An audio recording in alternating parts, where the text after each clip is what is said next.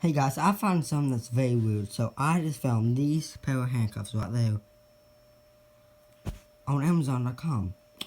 And as you can tell, they're hinged, but what looks so familiar about it?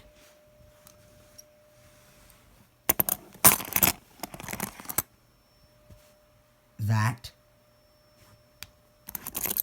they copied these handcuffs. See this Smith & Wesson with the double push pin, whatever it's called.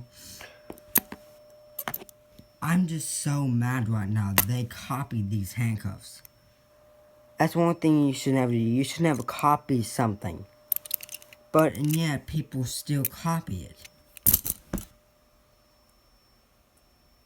Like the Smith & Wesson handcuffs, these have never been copied that I know of, or maybe the asp, but maybe the asp has been copied, but whatever. Just I find that weird. Thanks y'all, like, comment, subscribe, and tell me what you think about them copying the Smith & Wesson handcuffs.